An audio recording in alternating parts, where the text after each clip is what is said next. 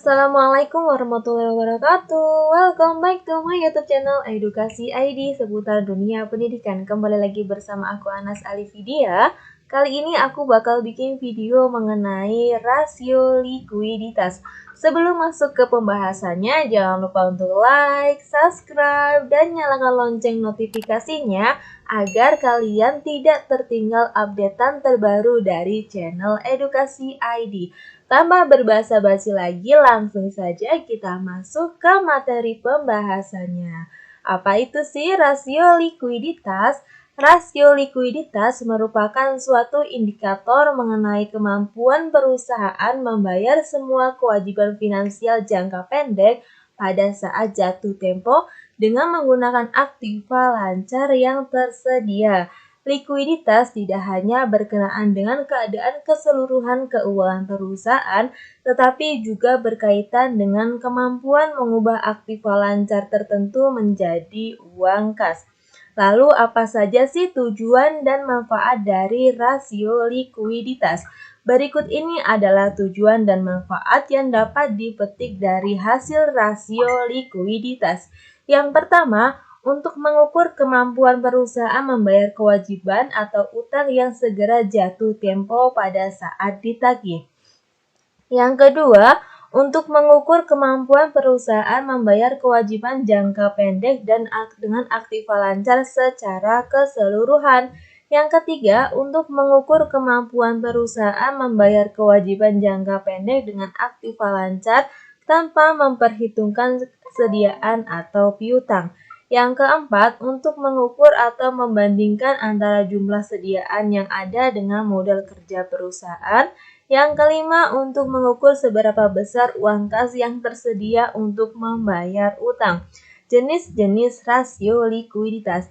Adapun jenis-jenis dari rasio likuiditas adalah sebagai berikut. Yang pertama adalah rasio lancar atau current ratio. Merupakan rasio untuk mengukur kemampuan perusahaan dalam membayar kewajiban jangka pendek atau utang yang segera jatuh tempo pada saat ditagih secara keseluruhan. Nah, untuk rumus dari rasio likuiditas bisa kalian lihat di sini ya, yaitu aktiva lancar dibagi dengan hutang lancar. Nih, untuk aktiva lancar dan hutang lancarnya bisa kalian lihat pada laporan keuangan perusahaan yang akan kalian analisis laporan keuangannya ya teman-teman. Dan untuk yang kedua jenisnya adalah rasio cepat atau quick ratio. Merupakan rasio yang menunjukkan kemampuan perusahaan dalam memenuhi atau membayar kewajiban atau utang lancar dengan aktiva lancar tanpa memperhitungkan nilai sediaan. Untuk mencari quick ratio diukur dengan total aktiva lancar, kemudian dikurangi dengan nilai sediaan. Rumus untuk mencari rasio cepat sebenarnya ada dua ya, tapi di sini aku hanya menuliskan satu saja. Nah, ada dua. Aku bacakan rumus quick ratio. Yang pertama adalah current aset dikurangi persediaan dibagi dengan current liabilitas. Yang kedua, rumusnya adalah quick ratio sama dengan kas ditambah bank ditambah efek ditambah piutang dibagi dengan current liabilitas. Jadi kalian bisa gunakan salah satu rumus saja ya, dan di sini aku menggunakan rumus yang pertama yaitu aset lancar dikurangi persediaan dibagi dengan hutang lancar. Nah, untuk jenis yang ketiga adalah rasio kas. Rasio kas merupakan alat yang digunakan untuk mengukur seberapa besar uang kas yang tersedia untuk membayar utang.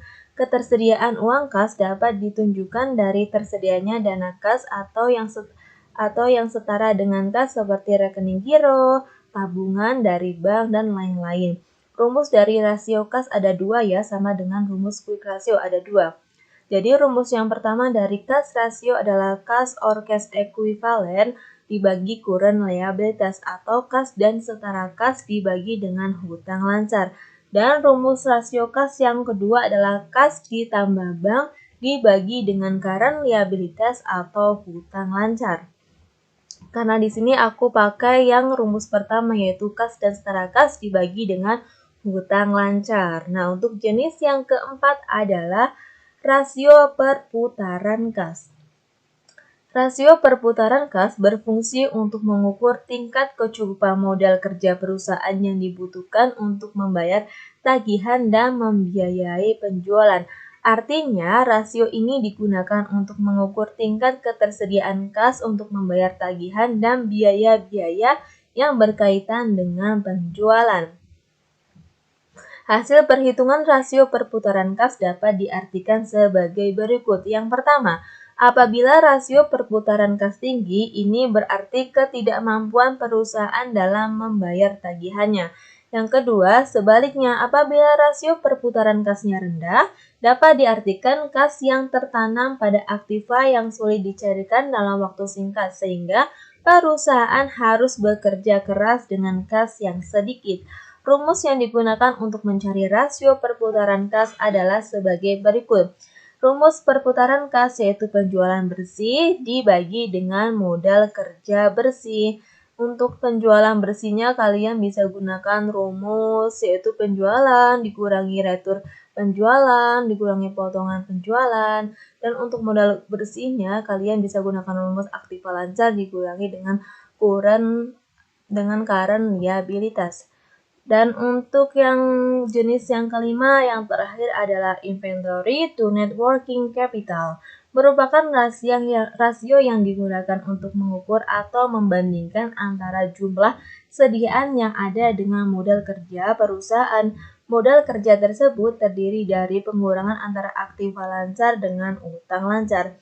Rumus untuk mencari inventory to net working capital dapat digunakan sebagai berikut. Bisa kalian lihat untuk rumus INWC atau Inventory to Net Working Capital adalah persediaan dibagi dengan aset lancar dikurangi dengan hutang lancar. Ini adalah kelima jenis-jenis dari rasio likuiditas. Untuk setelahnya aku akan contohkan untuk mencari 5 jenis rasio tersebut ya. Nah, ini adalah contoh dari perhitungan rasio likuiditas. Di sini aku udah buat kelima tabel untuk jenis-jenis rasio likuiditas, yaitu ada current ratio, rasio cepat, rasio kas, rasio perputaran kas, dan terakhir rasio inventory to net working capital. Di sini aku pakai tahun pengamatan 3 tahun, yaitu dari tahun 2017 sampai tahun 2019. Di sini aku udah menghitung rasionya ya. Jadi kalian bisa ambil angkanya atau datanya dari laporan keuangan perusahaan atau dari annual report perusahaan. Nah, bisa dilihat di sini tahun 2017 untuk current rasionya sebesar 237%. 2018 current rasionya 336%, dan 2019 current rasionya adalah 394%. Dan seterusnya, kalian bisa lihat sendiri ya untuk rasio cepatnya ini sudah aku hitung. Ini hasilnya. Rasio kasnya juga udah aku hitung. Ini formatnya langsung presentase ya, jadi kalian tidak usah mengalihkan dengan 100 lagi karena kita bisa ubah formatnya menjadi form presentase, jadi nanti akan otomatis hasilnya adalah persentase atau persen. Nah, ini rasio perputaran kasnya. Di sini aku hasilnya adalah 1139%. Ini pakai dua angka di belakang koma. Ini juga bisa kalian ubah, bisa kalian pakai 1 atau 2 angka di belakang koma. Nah, ini untuk hasil-hasilnya, ini untuk hasil inventory to net working capital.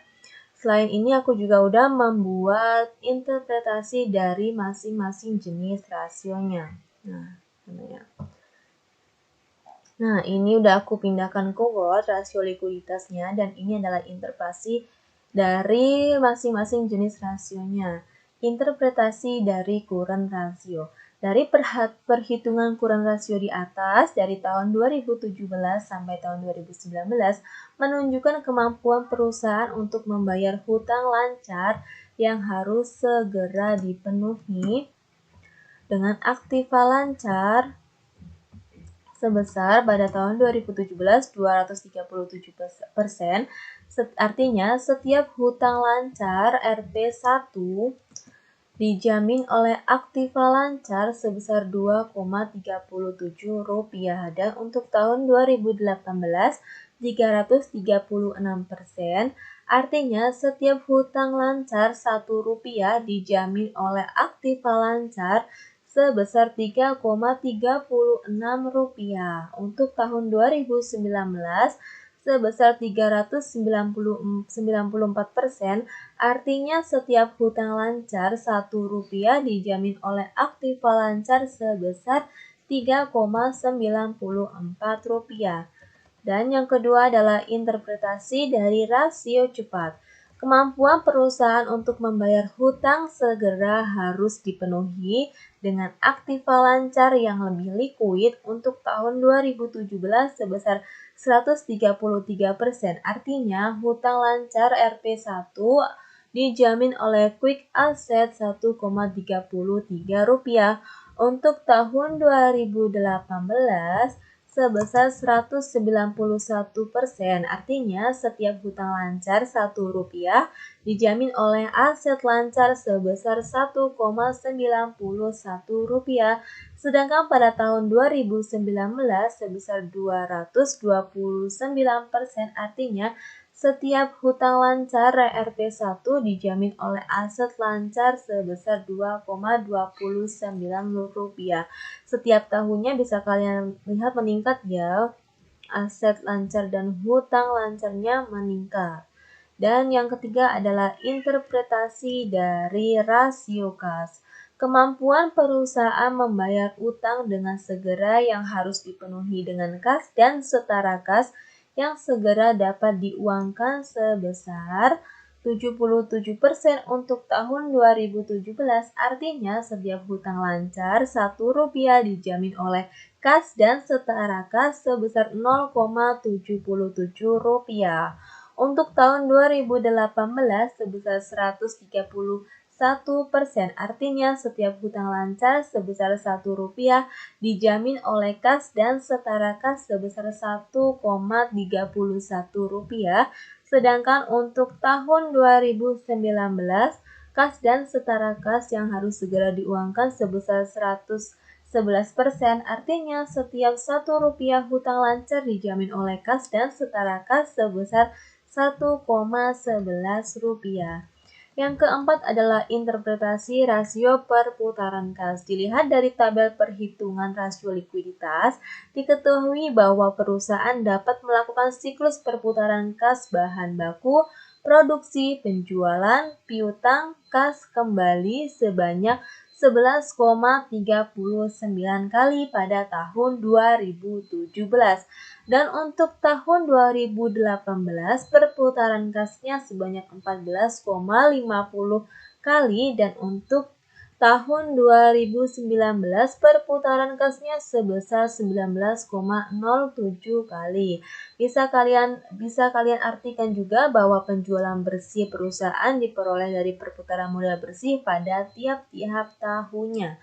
Dan yang terakhir adalah interpretasi rasio inventory net working capital. Dalam tabel perhitungan rasio likuiditas bisa dilihat bahwa pada tahun 2017, 2018, dan 2019,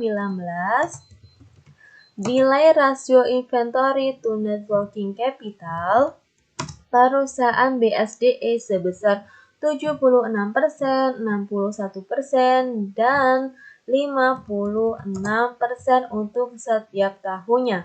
Nilai itu menunjukkan bahwa 76%, 61%, dan 56% dari modal kerja bersih perusahaan tersimpan dalam persediaan atau inventory. Nah, ini adalah kelima interpretasi dari rasio likuiditas dan ini adalah perhitungan dari kelima rasio likuiditas, 5 jenis rasio likuiditas. Bagaimana perhitungannya? Mudah kan teman-teman? Ini perhitungannya sangat mudah ya, kalian bisa ambil datanya atau angkanya dari laporan keuangan perusahaan yang akan kalian analisis. Dan di sini aku menggunakan laporan dari perusahaan BSDE yaitu dari industri properti dan investasi. Nah, mungkin itu saja yang bisa aku sampaikan. Semoga video kali ini bermanfaat. Aku ucapkan terima kasih dan wassalamualaikum warahmatullahi wabarakatuh.